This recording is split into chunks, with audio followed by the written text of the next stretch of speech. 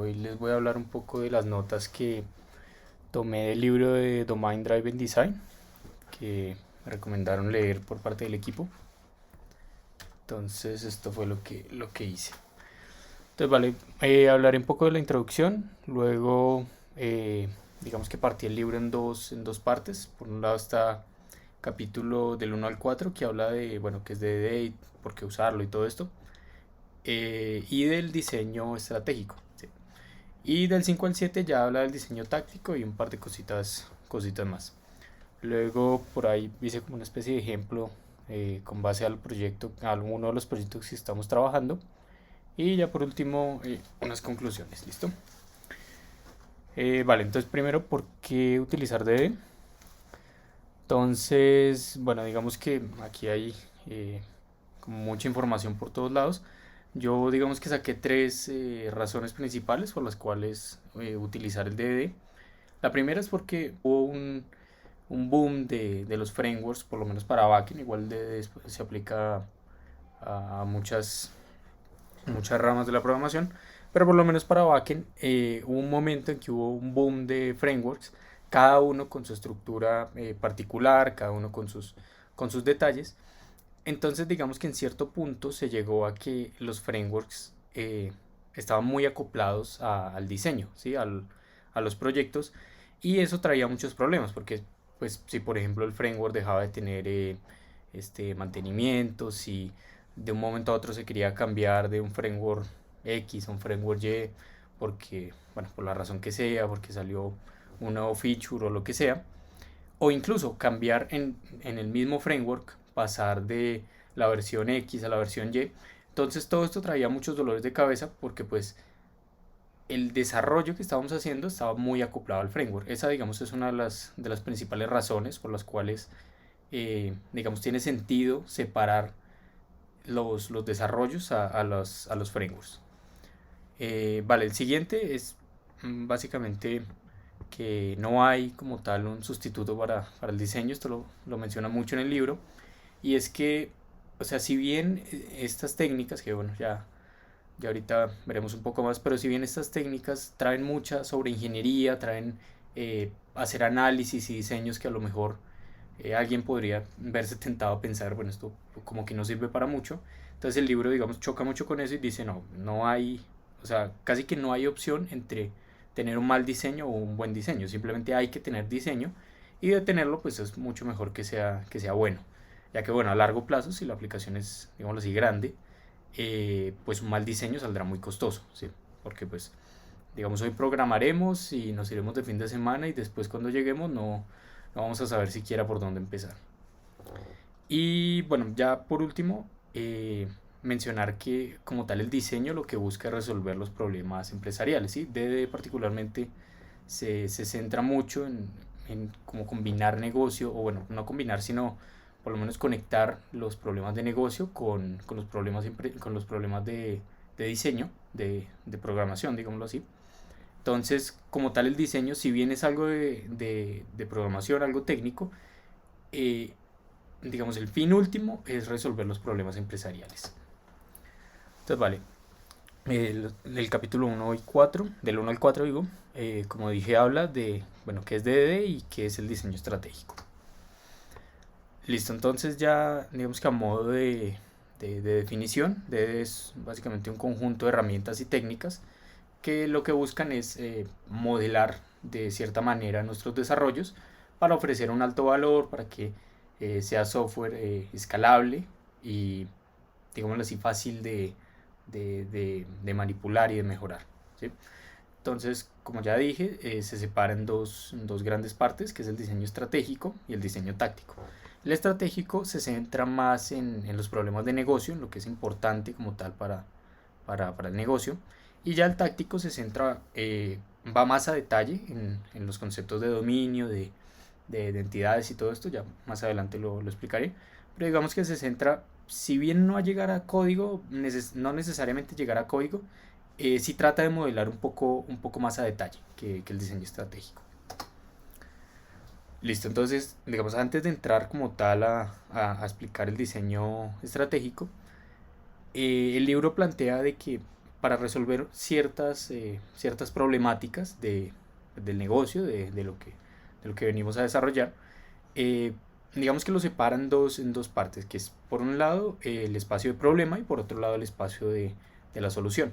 El espacio de problema básicamente es qué queremos resolver, ¿sí? ¿Qué queremos hacer? Hay X problemática y bueno, buscamos resolverla, buscamos analizarla y luego resolverla de cierta manera.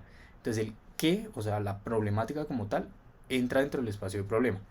Y ya el cómo lo solucionamos entra dentro del espacio de la solución. Ahí el libro digamos que da o sea, un pequeño asterisco en esto de la solución, y es que no, o sea, no acoplemos como tal una solución técnica, o sea, la tecnología como tal, a la solución. Es decir, que no tratemos como, digamos, en una solución, decir, bueno, vamos a usar una base de datos SQL o una base de datos, no sé, un KBS o algo así. O sea, lo que plantea el libro, los consejos que da y el DD en general, es que no, o sea, no nos cerremos como tal en una tecnología, sino simplemente una forma de solucionar los problemas, ¿sí? Esto, bueno, tiene mucho sentido porque pues eventualmente los requerimientos de negocio pueden cambiar, no sé, los costos de la tecnología, si es que la consumimos de un proveedor o algo, pueden cambiar. Entonces lo que busca como tal este diseño es mantener estas dos cosas separadas. Si bien buscamos una solución, mantengámosla un poco aislada, un poco agnóstica de la solución técnica en específico. ¿Listo? Bueno, ya como tal el diseño estratégico, como ya dije, modela o bueno, busca modelar lo importante para el negocio, y esto lo hace con dos pilares que, bueno, creo que los voy a mencionar bastante, que es el Bounded Context y el Ubiquitous Language. Bueno, más adelante los explicaré un poco a detalle. Y también otro asterisco es que el diseño estratégico, digamos que lo que busca es evitar que se forme una Big Bad Mouth, que es como lo define en el libro, que es algo así como gran bola de lodo, o código espagueti, pues como un código así súper acoplado, súper difícil de leer, que no tiene sentido por dónde se va, que no tiene como un orden. Entonces, digamos que el diseño estratégico y bueno, en general busca evitar esto, ¿sí? Para que el software tenga más valor. Listo, bueno, entonces ya pasando con los conceptos, como tal el Ubiquitous Language, lo que busca es ser una especie de puente de lenguaje en común entre los desarrolladores y bueno, los expertos de dominio, que vendrían siendo los stakeholders o los tomadores de decisiones de negocio, ¿sí? Entonces, digamos, esto tiene mucho sentido porque plantea que utilicemos un conjunto de términos para comunicarnos entre nosotros y, o sea, con el fin de que las decisiones que se toman en negocio tengan sentido para los desarrolladores y los desarrolladores, digamos, lo entiendan como tal y no empiecen a interpretar, a utilizar X tecnología o Y cosa que al final del día no estaría acoplada a negocio. La idea es que mantengamos un mismo lenguaje y a partir de eso empecemos a construir. Damos un ejemplo aquí, traje un ejemplo un poco atado a lo que estamos haciendo, y es que, por dar un ejemplo, un problema de negocio podría ser, bueno, necesitamos una factura electrónica o un recibo electrónico o algo así. Entonces, digamos, el negocio lo puede plantear como eso, como una factura electrónica, pero si no hay un ubiquitous language entre pues, lo que plantea el negocio, lo que hay que resolver, y los que lo van a resolver como tal, que son pues aquí lo llaman IT, entonces se puede o sea, se puede llegar a interpretaciones un poco erróneas. Por ejemplo, en este ejemplo, una factura electrónica que, digamos, no, o sea, no debería tener pierde, por decirlo así, pues perfectamente tecnología lo podría considerar como por un lado un PDF que muestra la información con una firma digital, ¿sí? Solo por dar un ejemplo. Entonces, este es solo uno de mil ejemplos de por qué es necesario que de cierta manera nos pongamos de acuerdo en el lenguaje que utilizamos, ¿sí? El libro lo llama el lenguaje ubicuo. Y bueno, ahí como asterisco está que tecnología debe ser quien se adapte a los conceptos de negocio, ¿sí? Y no al revés. ¿Mm? Es decir, en este ejemplo, pues el, el- sí, la factura debería llamarse así, factura, ¿sí? No ponerle PDF, no ponerle firma digital ni nada de eso. Eh, Tecnología lo debería considerar como factura, en este ejemplo, ¿no? Vale, como tal el otro pilar del diseño estratégico eh, son los bounded context. Los bounded context, digamos, básicamente es como como un contexto en donde pues va a vivir un ubiquitous language y donde también va a vivir el dominio. El dominio, bueno, aquí como haciendo un pequeño paréntesis, es el problema de negocio sin entrar a una solución tecnológica, lo que decía ahorita de no revolver las cosas. Entonces eso viene siendo el dominio, que a su vez, bueno, se puede partir en subdominios, ya ahorita hablaré un poco de eso. Pero como tal, volviendo un poco atrás, los bounded contexts es donde va a vivir el lenguaje ubicuo y el dominio, y donde se va a construir cierta lógica en torno a eso. Ya esa lógica la construye como tal el diseño táctico, pero, pero como tal el bounded context es un concepto digámoslo así, pilar del DDD. Y ya como tal el bounded context ya nos metemos en el espacio de la solución, es decir, delimitar esos contextos de, bueno, vamos a trabajar en este contexto con este lenguaje ubicuo para resolver cierto dominio, ya eso empieza a ser la solución.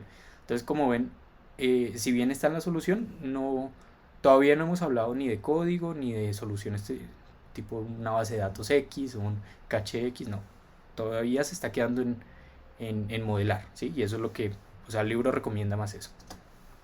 Entonces, vale, como ya había comentado, los dominios a su vez sí son muchos y bounded context es un poco grande, un poco extenso. Se pueden partir en subdominios, esto digamos obedece al concepto de divide y vencerás, en donde, eh, bueno, sí, la idea es esa, partir subdominios que vivan dentro del mismo bounded context, que manejen un mismo ubiquitous language, pero en trozos más pequeños, más manejables, para que, pues, digamos, el desarrollo sea un poco más sencillo. Siempre es más sencillo resolver problemas pequeños, muchos problemas pequeños, que un super problema que ni siquiera sepamos por dónde empezar, ¿sí? Y bueno, esto, digamos, aquí un pequeño paréntesis es que como tal DD no plantea que tiene que ser un equipo el que desarrolle un ubiquitous language y eso esté acoplado a un proyecto en código. O sea, esa relación entre equipo, ubiquitous language y proyecto no necesariamente es uno a uno. O sea, perfectamente un equipo puede tener varios bounded contexts que a su vez tengan varios dominios, a la vez que puede tener uno. Y bueno, ya pasándolo a código, puede que un proyecto maneje dos lenguajes, dos bounded contexts, puede que maneje solo una parte, que bueno, ya más adelante en táctico se verá un poco mejor, pero digamos, esa relación no es necesariamente uno a uno, ¿sí? Entonces ahí cobra incluso más sentido el hecho de dividir los dominios en subdominios, ya que serán, digamos así, un poco más fáciles de abordar. Vale, entonces otro de los conceptos importantes de todo esto es el context map, que es básicamente como unir o, digamos así, interaccionar los diferentes bounded contexts, ¿sí? Ahí reciclando un poco el ejemplo anterior, puede haber un contexto de despachos, que es como tal digamos así, una aplicación. Capaz que esa aplicación tiene, digamos, pasando a código, capaz que ese bounded context, por lo complejo que es, tiene varios proyectos. Entonces, digamos, ahí vuelvo un poco a la relación de que, o sea, un bounded context no necesariamente va con un proyecto en código, ¿sí? Y no necesariamente va con un equipo. Esa diferenciación, de pronto, por el lenguaje que se utiliza, lo tiende a uno a pensar de que un bounded context lo hace un equipo y es un proyecto, y no necesariamente, ¿sí? Entonces, bueno, como tal el context map es cómo conecto los diferentes bounded contexts que quieren, o sea, de una u otra manera resuelven la problemática de negocio, pero que no tiene sentido combinarlos porque pues o sea, cada uno maneja un lenguaje ubicuo distinto y cosas diferentes. Digamos, aquí en el libro hablaban de un ejemplo de... Se me escapa en este momento los detalles del ejemplo, pero era algo así como que un bounded context consideraba una cosa, un usuario, si mal no estoy, pero el hecho es que manejaba un usuario con su ubiquitous language en específico. Y había otro bounded context, o bueno, en ese momento no lo planteaban como otro bounded context, sino que planteaban otros subdominios que si bien interaccionaban con ese mismo objeto, cuenta pues, lo trataban distinto. El lenguaje con el que se trataba ese mismo objeto era distinto. Entonces ahí es cuando el libro recomendaba, bueno, si ya tiene subdominios que están tratando de hablar una misma cosa, pero cada uno lo habla de manera distinta, quizás en ese momento sea el momento para separarlo en dos bounded contexts distintos y que ya ellos, o sea, los dos bounded contexts se comuniquen de cierta manera, ¿sí? Entonces, bueno, como tal, esa comunicación es lo que en el libro plantean como tipo de mapeo, y esto es cómo se relaciona un bounded context con otro, ¿sí? O con varios, ¿no? El primero que plantean es el shared kernel, que es cuando, digamos que de cierta manera se superponen conceptos y dos bounded contexts distintos hablan de la misma cosa. Este, o sea, el libro plantea y es bastante tajante en esto.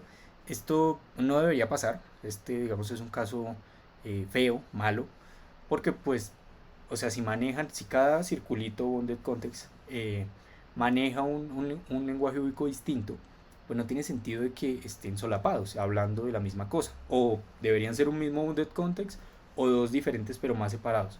Entonces, bueno, más adelante hay más tipos de mapeo, pero el libro básicamente dice, esto es difícil de mantener, esto es feo, no se deberían meter ahí. Y bueno, si bien hay casos donde pues por las reglas de negocio termine pasando, esto es lo que deberíamos buscar evitar.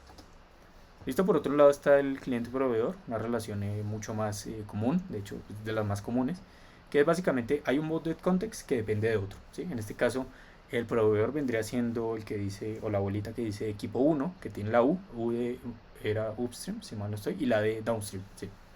Entonces lo que dicen es que el equipo 1 le provee la información o lo que necesita al equipo 2, ¿sí? Y como tal, el equipo 2 no debería o no podría existir sin el equipo 1, ya que pues hay una dependencia casi que de hermanos, ¿sí? Y bueno, aquí hablan de que cuando el proveedor o el equipo 1 eh, pues no, o sea, no, ¿cómo decirlo? No le ve valor a seguirle aportando eh, herramientas bueno, sí, herramientas al equipo 2. Entonces, en ese caso se vuelve, o sea, la relación cliente-proveedor se vuelve una relación conformista, ¿sí? En ese caso, digamos lo más normal es que los equipos se separen, o sea, los dos bounded contexts no tengan una relación entre ellos, ¿sí? De hecho, hay otra, creo que la última relación habla de eso, ¿listo? Entonces, bueno, aquí otra de las relaciones que se puede dar es el Anti-Corruption Ledger y el Open Host. Si bien no son como tal antónimos directamente, o sea, contrarios, creo que sí tiene sentido ponerlos en la misma diapositiva, porque pues por un lado el Anti-Corruption Ledger lo que busca es que, o sea, lo que busca es proteger el, el context map, entendiendo que todo esto es conceptual, ¿no? O sea, como dije, no necesariamente un proyecto, una carpetica corresponde a un bonded context. El bonded context, digámoslo así, es más charladito. Entonces, esa diferenciación a veces no es muy clara. A veces se empiezan a confundir cosas, se empiezan a llevar lenguajes ubicos de un lado a otro. Entonces, ahí es donde vale la pena tener una capa anticorrupción, que lo que busca es como mantener ese lenguaje ubico en específico de, por ejemplo, en este caso la bolita que dice equipo 2, que a lo mejor tenga conceptos que puedan ser fácilmente utilizados o interpretados por otros bounded contexts. Entonces, esta anticorrupción layer lo que busca es evitar que sí, el trasladar conceptos de un lado a otro sea tan sencillo, sino que tenga que haber una especie de mapeo o de interpretación, o que directamente no se puedan tomar conceptos de un lado a otro para mantener, digámoslo así, la forma del context map, mantenerlo íntegro, por decirlo así. Y el open host es, o sea, como dije, no son exactamente contrarios, pero sí se parecen en eso, que es básicamente un protocolo o interfaz de un bonded context para que otros puedan interpretarlo fácilmente. A lo mejor sea un bonded context que, eh, digamos, sea muy cross, sería como muy atravesado entre todos los bonded contexts, y los demás necesiten de cierta manera tomar conceptos o sea, tomar entidades y esto, pero eso va más en diseño táctico. Pero básicamente es que un bonded context eh, de cierta manera va a proveer a los otros bonded context de ciertos términos, y eso está bien para el diseño. Entonces, en ese caso, paga tener un servicio abierto, un open host, que facilite esa interacción entre bonded context. ¿Listo? Luego hablan pues, del lenguaje publicado, ahí digamos ese queda poco más claro con los otros, de cuando un bonded context se comunica con otro, tiene que haber de cierta manera un lenguaje publicado, un published language, por medio del cual simplemente hablemos el mismo idioma, ¿sí? Si bien estamos hablando de lenguajes ubicos distintos, pues más o menos que nos comuniquemos de la misma manera, ¿sí? Y ya el último, que es vías separadas, que es cuando pues una relación entre bonded context no tiene sentido, ahí pues simplemente se deberían separar. O sea, no necesariamente todos los bonded contexts van a estar conectados unos a otros como si fuera una maraña perfecta, sino que pues, o sea, perfectamente si dos relaciones no tienen sentido, perfectamente se pueden separar, no hay ningún problema. Ya después hablan un poco del tipo de comunicación que hay entre bonded contexts. Como tal, lo anterior era más que todo el tipo de relaciones que se pueden dar entre los bonded contexts bien definidos, pero como tal, el tipo de comunicación ya cambia un poco. Acá, bueno, plantean dos vías, que es por un lado el RESTful, el HTTP, digamos un poco el de toda la vida, por decirlo así, y por otro lado el tema de mensajería. Entonces, vale, el RESTful, para este se necesita un open host y un lenguaje publicado, ¿sí? Open host para que, pues lo que decía viejo Freddy ahorita, simplemente los demás bonded contexts puedan consumir la información que tenga otro bonded context, y un lenguaje publicado para que hablen el mismo idioma. Ahí digamos, no hay mucho pierde, y las acciones son el post, get, el put, delete de toda la vida. Incluso ahí falta el patch y bueno, otras que pueden haber. Y como tal mensajería era, creo que Ferney lo comentó ahorita, es como tal para comunicación asíncrona y se realiza mediante suscripción. Un bonded context se suscribe a los eventos, por decirlo así, de otro bonded context, y mediante un mecanismo de mensajería, cada vez que hay un evento de dominios, o digamos se mete más en el tema de lo táctico, más adelante lo explicaré un poco, pero cuando hay un cambio en el estado del dominio de un bonded context, pues este le comunica a los que estén suscritos así, al mecanismo de mensajería de él. Entonces, de esta manera, digamos, los bonded contexts no tienen que estar escuchando todo el tiempo si hay cambio, sino que simplemente cuando hay cambio les llega sí, la notificación, por decirlo así, de que hubo un cambio de dominio, y ya con eso pues se tomarán decisiones, ¿sí? Esto el libro digamos que plantea que es una de las maneras más sólidas de hacerlo, y bueno, como tal de este mecanismo de mensajería, aquí perfectamente uno podría dar varias charlas de esto, porque es un tema un poco complejo, como tal de no se centra en los patrones de mensajería ni nada de esto, pero sí dice que los bonded contexts se deberían apoyar en estos mecanismos para su comunicación. ¿Listo?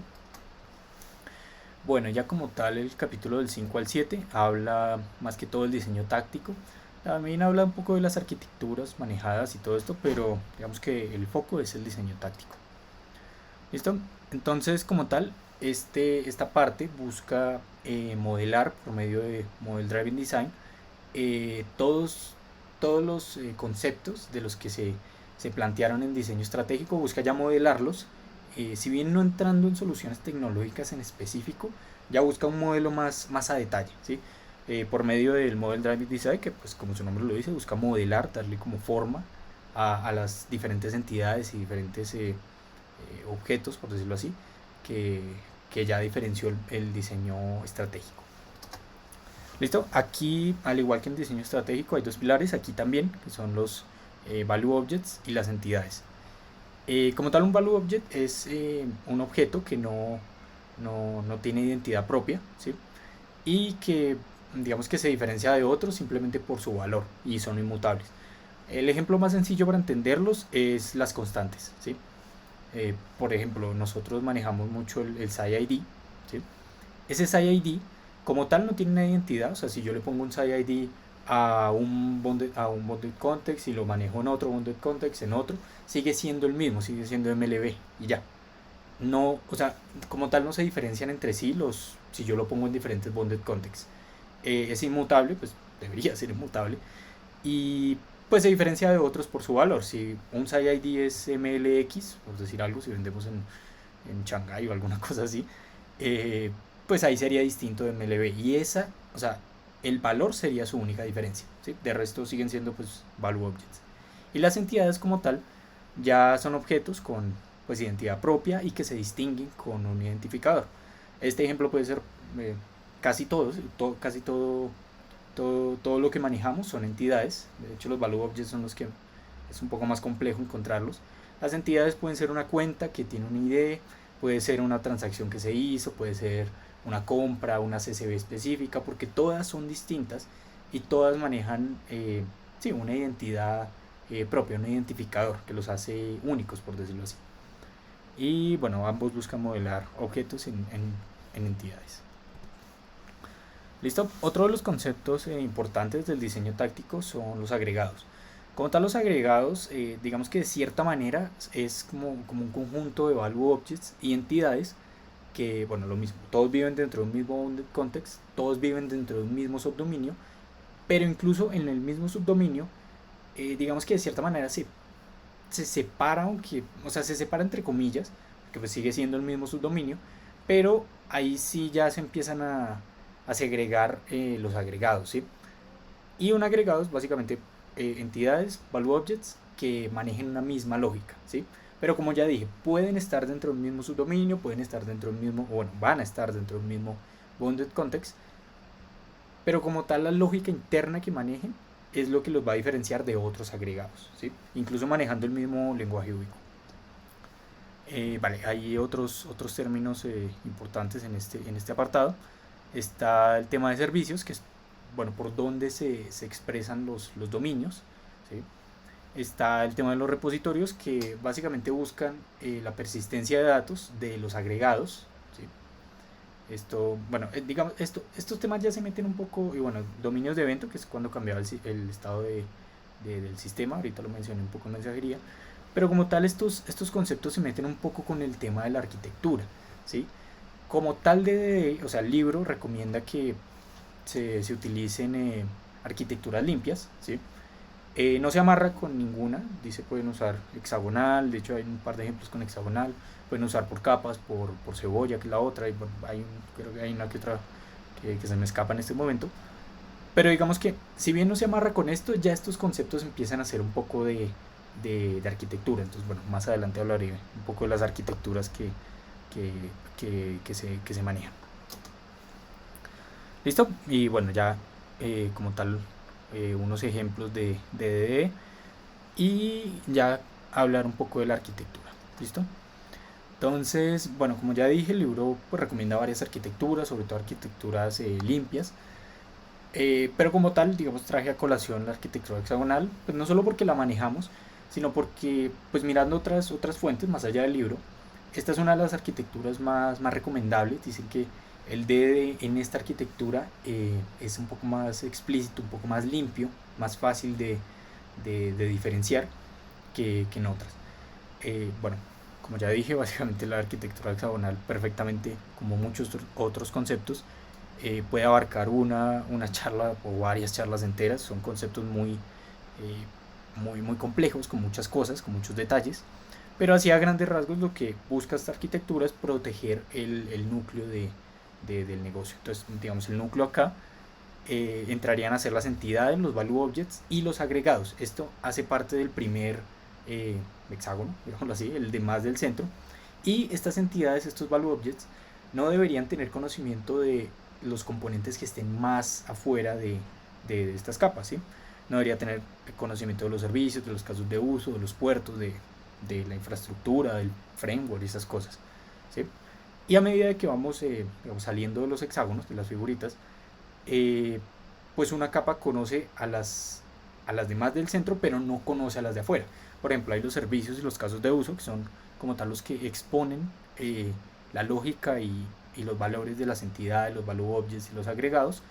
Estos no tienen conocimiento de los puertos que estén más afuera, pero sí de las entidades que van a exponer. Y como tal los puertos pues ya conocen todo para adentro, pero no para afuera. O sea, estos puertos o repositorios pues conocen los casos de uso, los servicios, pero no conocen a los adaptadores externos que lo van a consumir. Por eso esta arquitectura también se llama de puertos y adaptadores. Y ya, digámoslo así, afuera estarían pues todo lo que sea externo. Digamos, una conexión a base de datos, estarían adaptadores externos.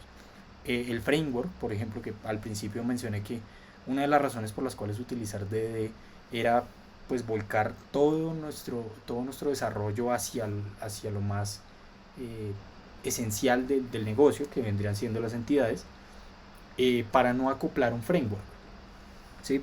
Acá, por ejemplo, los adaptadores externos, ahí estaría el framework, el que maneje, qué sé yo, el servidor, algunos temas de logs y esas cosas, pero todo eso iría afuera, ¿sí? En dado momento, si queremos cambiar, si queremos actualizar de una versión a otra, pues digamos que debería ser relativamente sencillo, ¿sí? Entonces, como tal, todo lo anterior de DDD se sostiene en base a estas arquitecturas limpias, ¿sí? Y particularmente la hexagonal, que es la que manejamos. Y bueno, acá digamos que traje un ejemplo de un bonded context de lo que estamos haciendo, pero pues como dije, esto hay que tomarlo un poco con pinzas porque puede traer muchas interpretaciones, ¿sí? De hecho, ayer hablando con viejo Freddy, pues claro, él me mostraba ciertos bonded context, ciertas estructuras, y digamos que yo las interpretaba un poco distintas. Entonces, el DDD trae mucho esto, pero ese tipo de charlas, de sincronizaciones, digámoslo así, son necesarias para mantener un lenguaje ubicuo. O sea, como les digo, esto no está escrito en piedra, pero sí es bueno que todos de cierta manera nos entendamos entre nosotros para, digamos, si bien no está escrito, que si en el ambiente se mantenga un mismo lenguaje ubicuo, entendamos más o menos dónde están los bounded contexts, para no empezar a hacer destrozos aquí, a dañar el contexto. Ya listo, aquí el ejemplo es en el contexto de CSV, que vendría siendo un bounded context. Habrían varios subdominios dentro de este bounded context, que bueno, por un lado estaría el del motor, el del procesor, el document, el read. Y como tal, aquí como ejemplo, pues para que me alcanzara en la pantalla, tomé el de Engine, y como tal, digamos que yo eh, interpreto dos agregados, que sería el de withdraw, o sea, el de retiros, y el de parcelamiento. Esos serían agregados distintos, porque si bien siguen hablando del subdominio del motor, ¿sí? Del engine, ambos hacen cosas distintas, ¿sí? O sea, por un lado el withdraw tiene una lógica, si bien parecida al parcelamiento, tiene una lógica propia y habla el lenguaje ubicuo de CSV, pero tiene ciertos lenguajes, ciertos matices que lo hacen un agregado. Y parcelamiento el mismo cuento. ¿Listo? Y ya como tal las entidades o los value objects, bueno, acá hay muchísimos, ¿no? Pero así como dar un ejemplo, la entidad sería el account ID, que sería la persona que está haciendo el withdraw. Y un value object, bueno, mencioné ahorita el SciID, que es como el más sencillo. Y bueno, lo mismo, parcelamiento tiene sus entidades, sus value objects y lo mismo los otros. ¿Listo? Entonces ya por último pasar a conclusiones generales. Bueno, por un lado, eh, bueno, acotar que estas conclusiones, o sea, es lo que yo interpreto, pero como les dije, vi que era algo bastante eh, ambiguo, por decirlo así. Digamos, trae muchas interpretaciones y digamos, no es algo de leerme un libro, o sea, creo que la mayor conclusión, por lo menos para mí, es de que me faltan varios libros. O sea, solo un libro me di cuenta de que es algo un poco más complejo de lo que a veces parece, de lo que el libro, que de hecho es bastante corto, de lo que el libro lo muestra. Entonces, digamos, estas son mis conclusiones, pero, o sea, como les digo, creo que sí me abrió un poco los ojos a que, uy, falta bastante. Entonces, listo. Bueno, por un lado, el tema de los test, este lo menciona el libro y yo también lo veo, y es que, pues como el dominio se centra, o sea, como la lógica se centra en el dominio, pues es más fácil testear ese dominio y por ende serán menos test, lo que pues de una u otra manera hará que se ejecute más rápido y trae muchas ventajas, ¿sí? A veces cuando se quiere testear cosas que están como amarradas una a la otra, que no sé, un test depende por allá que se ejecuten otros tests y cambien una base de datos de prueba. Es decir, ese acoplamiento que a veces se da en el código espagueti hace que los test sean mucho más complejos, hace que traiga muchos problemas testear. En cambio, si los modelos están bastante separados, bastante aislados y bastante en orden, pues ya testear esos modelos por separado es mucho más fácil, menos numeroso y más rápido, ¿sí? Y bueno, como tal, no se, o sea, no se centran los tests, pero pues como el mismo libro dice, siempre deberíamos testear. Eso creo que no debería ser opcional. Siempre deberíamos testear. Y como tal, indirectamente nos brinda esa ayuda. Por otro lado, que es recomendable para proyectos, digamos, pensados para durar en el tiempo, robustos, Digamos, ahí hay algo un poco implícito de esa conclusión, es que, pues si yo estoy haciendo un desarrollo, digámoslo así, pequeño, digámoslo así, una cosa de prueba, una POC o un script así chiquitico como para automatizar una cosita qué sé yo, de la universidad o por un proyecto personal, o sea, algo que sea pequeño, digamos que no le veo pues sentido utilizar DDD porque sí trae cierta sobreingeniería, sí, sí digamos, tiene uno que cambiar ciertas cosas, tiene que estar adaptado a ciertas necesidades y reglas del DDD. Entonces, para cosas pequeñas, digamos que no le vería real valor, pero para básicamente el resto de proyectos que sean pensados para mediano o largo plazo, que sean de cosas importantes, que a lo mejor yo hoy estoy en ese proyecto, pero mañana no sé quién vaya a estar, digamos que ahí el DD sí que cobra relevancia y valor. Y bueno, por otro lado, ya como para finalizar, que si se respetan las convenciones, las prácticas y todo del DD, sí hacen proyectos muy, muy escalables, porque pues, o sea, sí brindan ciertas estrategias que a largo plazo terminan teniendo sentido, o sea, mantener un lenguaje ubicuo, los contextos bien delimitados, eh, digamos que sí hace más sencillo entender el proyecto. Y bueno, eso aporta mucha escalabilidad. ¿Listo? Bueno, eso era todo lo que tenía para comentarles. Muchas gracias.